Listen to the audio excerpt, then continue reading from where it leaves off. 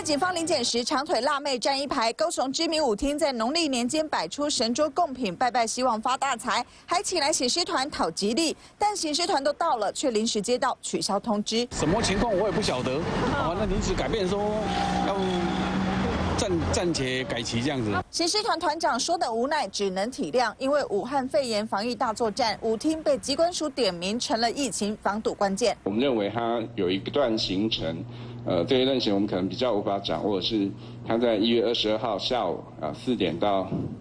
6点曾出入高雄市苓雅区金巴黎舞厅那全程都没有戴口罩目前台湾已有3名确诊病例，疾管署全面追踪患者行踪，查出其中的50多岁男性台商在出现感冒症状后返台过年。1月22号下午来到高雄知名舞厅消费，隔天就医检验确认感染武汉肺炎。在舞厅密切接触了谁难以掌握，目前已知包括舞厅女服务生有6人观察中。那这样的密切接触呢，在今天上午也造成了一位